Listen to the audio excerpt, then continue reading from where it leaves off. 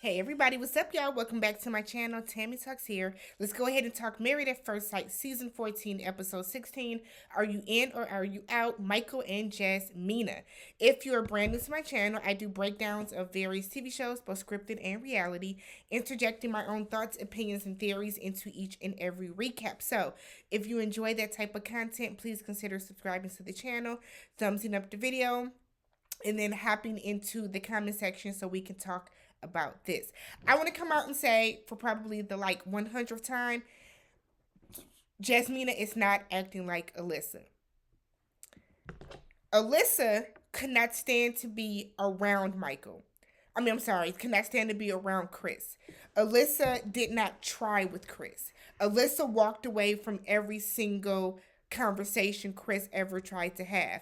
Even though Jasmina does not physically like Michael, she is not attracted to him, she is trying. Is she leading him on? I don't think so. I feel like Jasmina has been very, very upfront about the lack of feeling that she has for him. She has been very upfront about that. So I really want y'all to kind of explain to me why y'all think that Jasmina is behaving like Alyssa, because I'm not really seeing the correlation. I get that some of y'all don't like her because she was very mean, or not even mean, she was very straightforward with what she felt, and she was very unwilling to communicate in the beginning. But she not once has she given up on this process or screamed that she was being treated unfairly or done a 100th, what is, no, how do I phrase it, or even done 1% of what Alyssa did to Chris. So I really want y'all to stop that. If anything, Lindsay is more like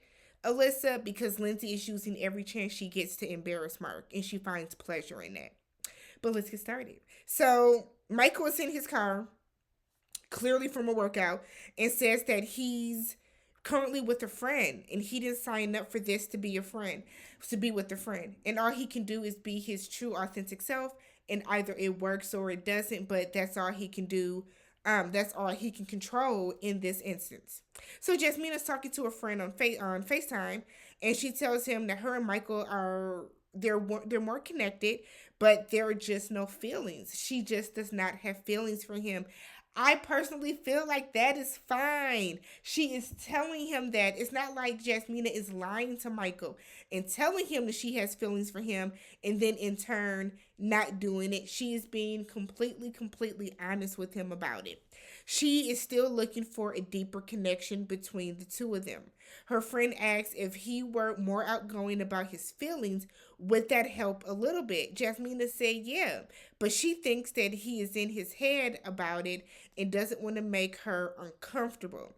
Her friend then asks if she thinks maybe it's time for Jasmina to step up a little more and go full force and then see what it would take to make this relationship work. Jasmina, the reason that Michael is hesitant to kiss you or hesitant to probably hug you or anything like that is because you have set that tone. You have set that standard. It's not that Michael is so reserved that he doesn't do that type of stuff, because he said that that is one of the most important things in his relationship. He's big on physical touch. He's big on intimacy. He clearly, this is the longest he's gone without having sex. So that's not to say that is the problem is solely him. It's you. You have created that boundary to the fact that this man does not even feel comfortable, your husband, to come up to you and kiss you. Jasmina, you have done that, but I think a bigger part of that is the fact that Jasmina has never been in a relationship with somebody in the same city and state with her. So the fact that she has to see this man every day and talk to him and live with him and interact with him and go through ups and downs, she doesn't know how to deal with it. So internally, she is pushing Michael away. I think even if Jasmina was completely attracted to him, she would still be behaving the same way because she is reacting out or acting out because this is not something she's used to. She doesn't know how to have this type of relationship. She doesn't know how to do it where I have to be around you and we have to navigate life together. So I think that's the real issue. For all we know, Jasmina could really like him and she's just super scared too. Not saying that she wasn't a bitch earlier on, but that's what I am seeing now. So Michael meets with his sisters, and his sister that has been he's been talking to the most. Her name is Claire, I think. He said she said that they are both over processing and foreshadowing what's to come, which is what I think Dr. Pepper told them, that they have to learn to live in the moment. They're constantly thinking about what's going to happen in the end, what's going to happen in the end, instead of them living in the moment and starting to try to get to know each other in that respect. So Michael said, but we've cleared the air with all that, so we ain't even got to worry about that. We good over here. So, but he also tells his sisters that right now his wife is like one of his best friends, but he doesn't want her to be that. He wants his wife to be a best friend, but not just a friend. He still wants that level of intimacy. His sisters just kind of advise him that he needs to make a decision that benefits him, whether or not he wants to compromise that level of intimacy within whether he wants to compromise that level of intimacy, which in turn, like for him, equates happiness in his marriage. Like they asked Michael, do you think that this is something that she could like grow to love or grow to have? Like, could she grow into these romantic feelings for you? That's something you have to sit with. Do you want to take a chance on it, or do you want to kind of cut your losses and kind of realize that this ain't that? So Michael and Jasmina go salsa dancing. And Jasmina hopes that they are more connected after that. She's searching for this deeper connection, which is why I kind of low key think that she likes him, and she's just finding any excuse to not have a connection with him because she's scared to have a connection with him. She's scared to be in a relationship that is in your face and not a long distance one. So Michael's felt like they should have. I'm sorry. So after that, after dancing, they go have a sit down for dinner. Michael feels that he should have communicated with her more early on instead of being in his head all the time. He said he had a lot of preconceived notions about her, and because of that, he didn't articulate himself well or communicate well enough with her in that space. And I feel like Jasmina did the same thing. Y'all both, like, all it took was that first initial time after the whole Olajuwon and Lindsay thing, when they were on the honeymoon, they got into that little back and forth then. And from then, it seems like everything just kept going down, down, down, downhill. Um, Jasmina said that she feels that he is too honest now. I'm sorry, Jasmina feels that she is too honest about her feelings and she's a little too raw about it sometimes. So she is wondering if that's going to be too much. How does that work with him? And maybe that might have deterred him in some ways from trying to get to know her. Girl, yes, yes, yes.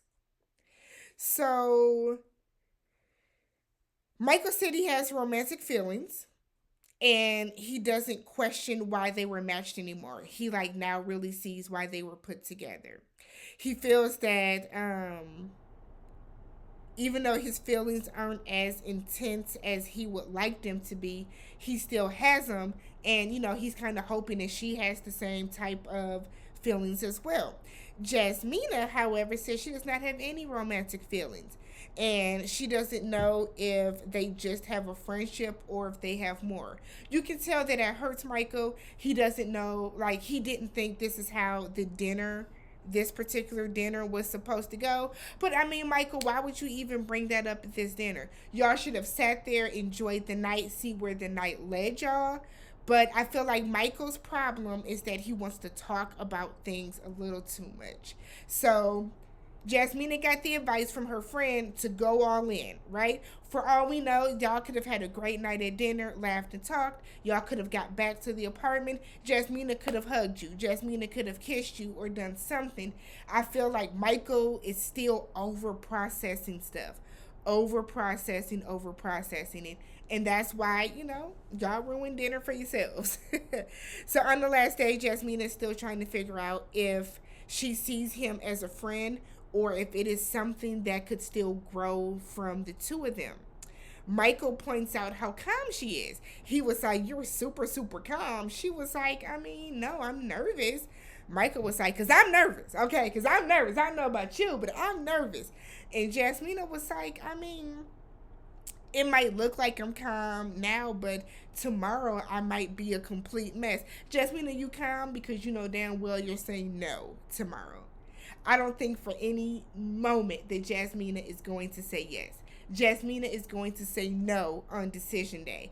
And she's already made up her mind. She made up her mind a long time ago. And that's why she is so confident and she's so relaxed. And for her, it's just another day in Boston because she doesn't have anything to think about because she knows what her answer is going to be. So, excuse me, let me know what you guys thought about tonight's episode, and I will catch you guys in the next one.